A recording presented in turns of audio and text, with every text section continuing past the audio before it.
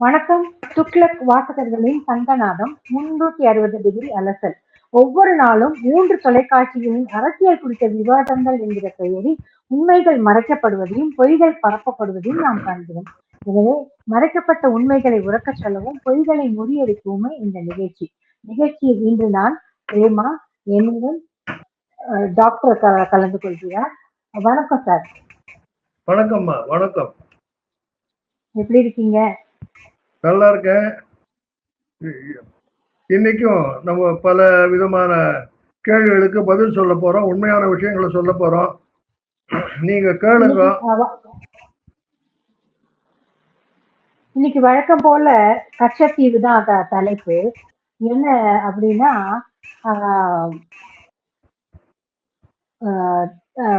வலுக்கிறதா திமுக versus AIADMK மோதல். அதிமுகவை விட திராவிட கட்சியாக அதிமுகவை திராவிட கட்சியாகவே நினைப்பதில்லை அப்படின்னு முதல்வர் நினைப்பதில்லை அப்படின்றாங்க. தோல்வி பயத்துல இருக்கு அப்படிங்கிறாங்க எடப்பாடி சார். திமுக தோல்வி பயத்துல இருக்குங்கிறாங்க. இதுக்கு நீங்க என்ன சொல்றீங்க? இதெல்லாம் ஒவ்வொரு கட்சிக்காரங்களும் அவங்க நினைச்சுக்கிறது தானே. அவங்கதான் 40 நமதே அப்படிம்பாங்க. என்ன, அதுக்கப்புறம் 4ஆம் தேதி, ஜூன் 4ஆம் தேதி தான் எல்லாம் தெரியும். இவங்க அவங்கள திராவிட கட்சி இல்லைம்பாங்க, இவங்க அவங்கள திராவிட கட்சி இல்லைம்பாங்க. இதெல்லாம் நம்ம ஒரு பெரிய பொருட்டாவே நம்ம எடுத்துக்க வேண்டியதில்லை நான் நினைக்கிறேன். ஏன்னா இதெல்லாம் வெறும் வெத்து அரசியல். யார் ஒன்ன விட பெரியவன் அப்படின்றது காட்டிக்கிறதுக்காக ஒரு விஷயமே வழிய இதுல ஒண்ணுமே இல்லை மேடம். இதெல்லாம் பெருசா நம்ம எடுத்துக்க வேண்டிய விஷயமே இல்லைன்னு நான் நினைக்கிறேன். இது அரசியல்.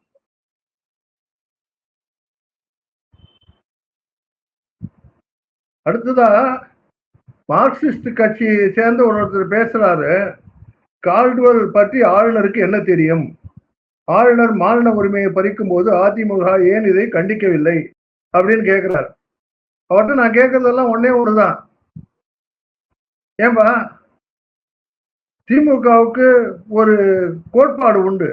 அதாவது அது எதிர்கட்சியா இருக்கும்போது ஆளுநரை மதிக்கும், அதே ஆளுங்கட்சியா வந்துட்டா ஆளுநரை மிதிக்கும், ஆட்டுக்கு தாடி அப்படின்னு கேட்கும். அது மாதிரி அது அரசியல் செய்யும் போது ஒரு நிலைப்பாடு, அது அவியல் செய்யும் போது ஒரு நிலைப்பாடு, அப்படியெல்லாம் எடுக்கும். ஆனா அதிமுகவை பொறுத்த வரைக்கும் எப்படின்னாக்கா, அவங்க ஆட்சி செய்யும் போதும் சரி, ஆட்சியில இல்லாத போதும் சரி, அவங்க ஆளுநரை மதிக்கிறவர்கள் தான் அப்படின்னு தான் நம்ம பாக்குறோம்.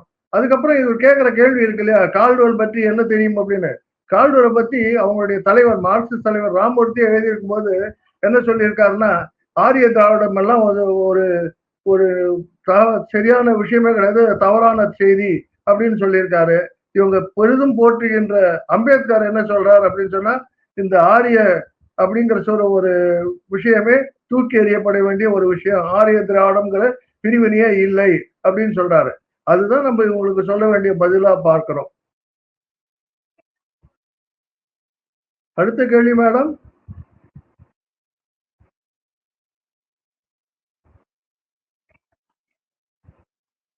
அடுத்ததா திமுக பிரதிநிதி ஒருத்தர் கேட்கிறாரு, சட்டசபையில் கருணாநிதி அப்ப இருந்த பிரதமர் கச்சத்தீவு விவகாரம் பற்றி என்னிடம் பேசவில்லை அப்படிங்கிறார். இது அவர்களுடைய இரட்டை வேடம். ஏன்னா கச்சத்தீவு விவகாரத்துல பிரதமர் அவர்கிட்ட பேசல. ஆனா கச்சத்தீவு விவகாரம் பற்றி அவர்களுடைய தூதுவர்கள் தமிழ்நாட்டுல பேசியிருக்காங்க. ஒரு வருஷத்துக்கு முன்னாடியே பேசியிருக்காங்க. பேசி கருணாநிதி அதை ஏத்துக்க சொல்லியிருக்காங்க. கருணாநிதி அதை ஏத்துன்னு இருக்காரு. ஆனா அவர் இதனால அவங்க கேட்கறாங்க, இது மாதிரி மத்திய அரசுக்கும் மாநில அரசுக்கும் எதுவும் தொந்தரவு வராம பாத்துக்க அப்படின்னு சொல்றாரு. நான் அதை பாத்துக்கிறேன், ஆனா இதை மட்டும் வெளியில சொல்லிடாதீங்க அப்படின்னு கருணாநிதி சொன்னதா வருது. ஸோ அதனால இந்த ஒரு இரட்டை வேடம் அப்பா கிட்ட இருந்து இப்ப பிள்ளைக்கு வந்திருக்கு அப்படிங்கறது தான் நம்ம பாக்குறோம். எப்ப எதெல்லாம் சொல்லிவிட்டு கடைசியில அது பண்ணின காரியத்தையே அடுத்தவன் பண்ணினதாக பழி போடுறது அப்படிங்கிற ஒரு விஷயமா பாக்குறோம். கச்சத்தீவை திமுகவும் காங்கிரஸும் சேர்ந்து கொடுத்தது. இன்னைக்கு ஏன் பிஜேபி கச்சத்தீவை மீட்கவில்லை அப்படின்னு ஒரு கேள்வி கேட்கறாங்க இல்லையா, அதை பத்தி தான் நான் சொல்றேன். அடுத்ததான் மேடம். அடுத்தது திமுக பாஜக பொருந்தா கூட்டணின்னு சொல்றாங்க. திமுக பாஜக பொருந்தா கூட்டணின்னு சொல்றாங்க. பாமக பிஜேபி பொருந்தாத கூட்டணி அப்படின்னு இவங்க சொல்றாங்க. அது எப்படி பொருந்தாத கூட்டணியா இருக்கும்? வெற்றி கூட்டணி எதுவோ வெற்றி கூட்டணி எதுவும் அந்த கூட்டணியோட தான் அவங்க போவாங்க.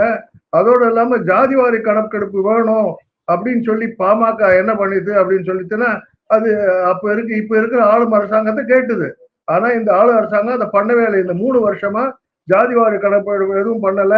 அதே மாதிரி இவங்களுக்கு அந்த 10% இவங்களுக்கு ரிசர்வேஷன் கொடுத்தாரு அதிமுக ஆட்சியில. அந்த ரிசர்வேஷன் எந்த அடிப்படையில் கொடுக்கப்பட்டது அப்படின்னு ஒரு இதுல இருக்கு, கோர்ட்ல கேஸ் இருக்கு.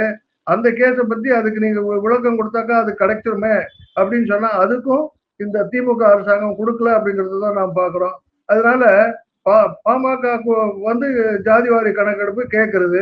ஆனா எல்லா விதத்திலையும் ஒத்து போக வேண்டிய கூட்டணியா இருக்கணும்னு நம்ம பார்க்க முடியாது. இப்ப காங்கிரஸும் திமுகவும் பாத்தீங்கன்னு வச்சுங்க, காங்கிரஸ் வந்து ஒரு காலத்துல இது ராஜீவ்காந்தி கொலை வழக்குக்கு முக்கியமானவங்க இவங்க தான், அதனால இவங்களை இது ஆட்சியில இருந்தே தூக்கணும் அப்படின்னு சொன்னவங்க அவங்க. அதே மாதிரி எங்களை வெகு பார்க்கிறார்கள் அப்படின்னு சொல்லி ஆட்சியில இருந்து தூக்கணும் அப்படின்னு சொன்னது காங்கிரஸ். அதே மாதிரி 2013 வரும்போது இவரெல்லாம் நம்மளுக்கு ஒரு பொருந்தா கூட்டணி அப்படின்னு சொல்லி வெளியில வந்தார் கலைஞர். இப்போ அவங்க 2 பேரும் ஒரே கூட்டணியில் இருக்காங்க இல்லையா? அதனால கூட்டணி தர்மம்ங்கிறது என்னன்னா, அந்தந்த சமயத்துல எது வெற்றி வாய்ப்பு அதிகமா இருக்குமோ அந்த வெற்றி வாய்ப்பை தேடி போகதான் ஒரு அரசியல் கட்சியினோட நிலைப்பாடு இருக்கும் நான் நினைக்கிறேன். அது இப்ப அடுத்தது என்ன கேக்குறாங்க, மறுபடியும் கச்சத்தீவுக்கே வந்து 10 வருஷமா பாஜக கச்சத்தீவுக்காக என்ன செஞ்சதுன்னு கேக்குறாங்க. நமக்கு இதுக்கு நிறைய தடவை பதில் சொல்லிட்டோம். இதுல முக்கியமா என்ன பார்க்கணும் அப்படின்னு சொல்லிட்டுன்னா, கச்சத்தீவுக்கு முழுக்க தாரவாத்து கொடுத்துட்டாங்க. 74ல தாரவாத்து கொடுத்துட்டாங்க. 76ல அந்த பக்கம் வந்து மீனவர்கள் போகக்கூடாது அப்படின்ற நிலைமையை ஏற்படுத்திட்டாங்க. அதனால முழுக்க இது ஸ்ரீலங்காவோட கண்ட்ரோலுக்கு போயிடுது. அப்படி இருக்கும்போது இது நீ வந்து திருப்பி போய் நம்ம போய் சண்டை போட்டு அதை வாங்க முடியாது, பிடுங்கி எடுத்துட்டு வர முடியாது. இதனால நம்ம என்ன பண்ண முடியும் அப்படின்னு சொல்லிட்டுன்னா, பிஜேபி வந்து அரசாங்கம் என்ன பண்ணுது அப்படின்னு சொல்லிட்டு முதல்ல ஸ்ரீலங்காவுடைய நிலைமையை சீர் செய்யுது. ஸ்ரீலங்காவை எக்கனாமிக்கலி கஷ்டப்படுறத அந்த நிலைமையை சீர் செய்யுது. அதனுடைய வசதிகளை பெருக்கிறது, இந்தியா மேல அதுக்கு ஒரு கான்பிடன்ஸ் டெவலப் பண்ண வைக்கிறது. இது அங்க இருக்கிற தமிழ் மக்களுக்கெல்லாம் வீடுகள்லாம் கட்டி கொடுக்குது. இதையெல்லாம் பண்ணிட்டு அதுக்கப்புறமா வந்து இந்த இவ்வளவு எல்லாம் பண்ணும்போது நீங்க இந்த ஒரு கச்சத்தீவு எங்களுடைய மக்கள் உபயோகிக்கிற மாதிரி நீங்க விட்டு கொடுக்க கூடாதா அப்படின்னு கேட்டு அதை வாங்கக்கூடிய விஷயங்களும் நடக்கும் அப்படின்னு தான் நான் எதிர்பார்க்கிறேன். இது வந்து எடுத்தேங்க ஒத்தேன்னு இந்த காரியத்தை பண்ண முடியாது அப்படிங்கிறது திமுகவுக்கு நல்லா தெரியும். 2015 இது மாதிரி இந்தியாவோட சேர்ந்ததே இல்லை அப்படின்னு எல்லாம் கொடுத்தாங்க அப்படின்னு பேசிட்டு தான் இருக்காங்க. 2008லயே சொல்லிட்டாங்க. நேரு வந்து இது ரொம்ப சின்ன தீவு, இதை பத்தி எனக்கு கவலையே இல்லைன்னு சொல்லி 1961 சொல்லிட்டாரு.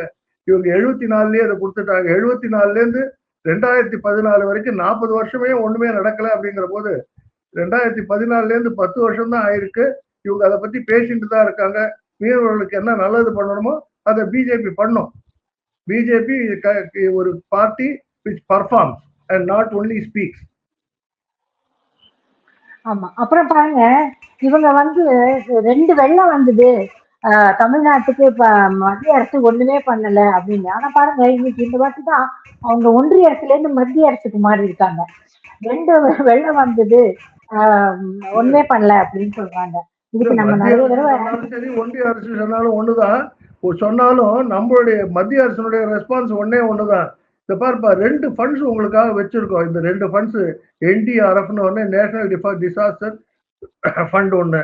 அந்த ஃபண்ட் வந்து யாருக்கெல்லாம் நேஷனல் டிசாஸ்டர் வருமோ அவங்களுக்கெல்லாம் அந்த அத்தியாவசிய சமயத்துல செலவு பண்றதுக்குன்னு ஒரு ஃபண்டு கொடுத்துருக்கோம்.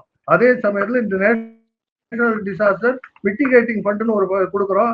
இதெல்லாம் ஒரு தடவை வந்ததுக்கு அப்புறம் அந்த திருப்பி அது வராம இருக்கிறதுக்காக உங்களுடைய இன்ஃப்ராஸ்ட்ரக்சரை டெவலப் பண்றதுக்காக ஒரு ஃபண்டு, இந்த 2 ஃபண்டையும் கொடுத்துருக்காங்க. இதை தவிர இவங்களுக்கு அந்த இன்ஃப்ராஸ்ட்ரக்சர் டெவலப் பண்றதுக்குன்னு தனியா ஒரு 5,000 crores கொடுத்துருக்காங்க. இது எல்லாத்தையும் பண்ணிட்டு அதுக்கப்புறமா இவங்க பணமே கொடுக்கல அப்படின்றது வந்து ரொம்ப தவறான ஒரு விஷயம். அதோட இல்ல, முக்கியமான விஷயம் என்னன்னா, நீங்க என்ன செலவு பண்ணீங்க சொன்னீங்க இல்லையா, இது பெரிய பேரிடர் 37,000 கோடி கொடுக்கணும் அப்படின்லாம் கேட்டீங்க. சரி, இப்ப நீங்க இது வரைக்கும் இந்த 3 மாசத்துல என்ன மக்களுக்காக எவ்வளவு செலவு பண்ணிருக்கீங்க அப்படின்னு பாத்தீங்கன்னா, முதல்ல கொடுத்த ஒரு 1,500 கோடி அது கொடுத்தாங்க. ஆளுக்கு 4,000 ரூபாய் கொடுத்தாங்க. அதை தவிர அதுக்கப்புறம் பில்டிங் இன்ஃப்ராஸ்ட்ரக்சருக்குன்னு கொடுக்கும்போது 2 மாவட்டத்துக்குமா சேர்த்து 52 கோடி தான் இவங்க பில்டிங் 699 வீடுகள் டெஸ்ட்ராய் ஆயிருக்கு அதுக்காக வேண்டிய செலவினம் அப்படின்னு சொல்லி 52 கோடி பண்ணியிருக்காங்க. அதுக்கப்புறமா ஒட்டு மொத்தமா மீதி எல்லாத்தையும் சேர்த்து 810 ரூபாய்க்கு அவங்க ஒரு பிளான் டிரா பண்ணி வச்சிருக்காங்க. ஸோ இப்படி இருக்கும்போது எந்த காரணத்தால இவங்க 377 கோடி 37,000 கோடி கேட்கறாங்கன்றது நம்மளுக்கு புரியாத ஒரு விஷயமா தான் இருக்கு. இவங்க நான் என்ன பணம் செலவு பண்ணேன்னு அப்படி கேட்டாக்க அதுக்கப்புறமா அதுக்கு கொடுப்பாங்க. அதோட இன்னொரு விஷயம் பார்க்கணும். அதிமுக இதே மாதிரி 4 பேரிடரை சந்திச்சுது.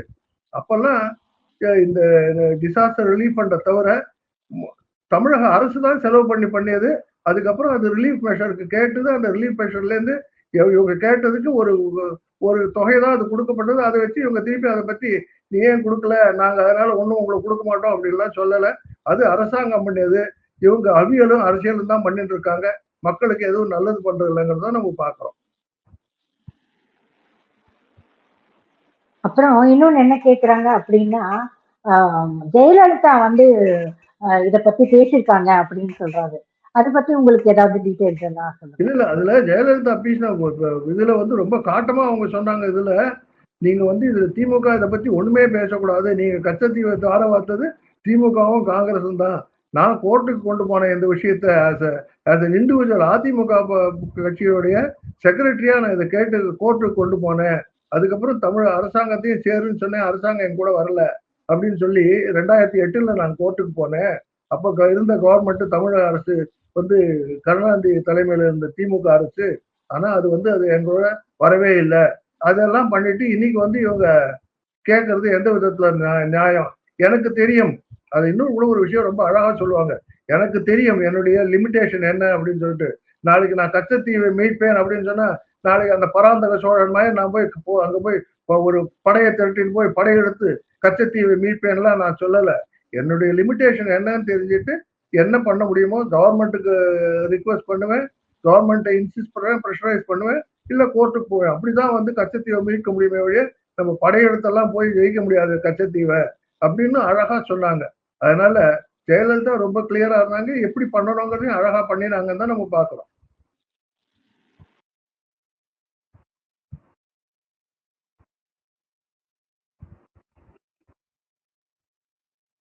கடைசி வரை மிக மோசமாக திட்டிக் கொண்டிருந்து விட்டு கடைசியில அடுத்த நாள் போய் எப்படி பிஜேபியுடன் பாமக கூட்டணி சேர்ந்தது அப்படின்னு கேட்கிறாரு.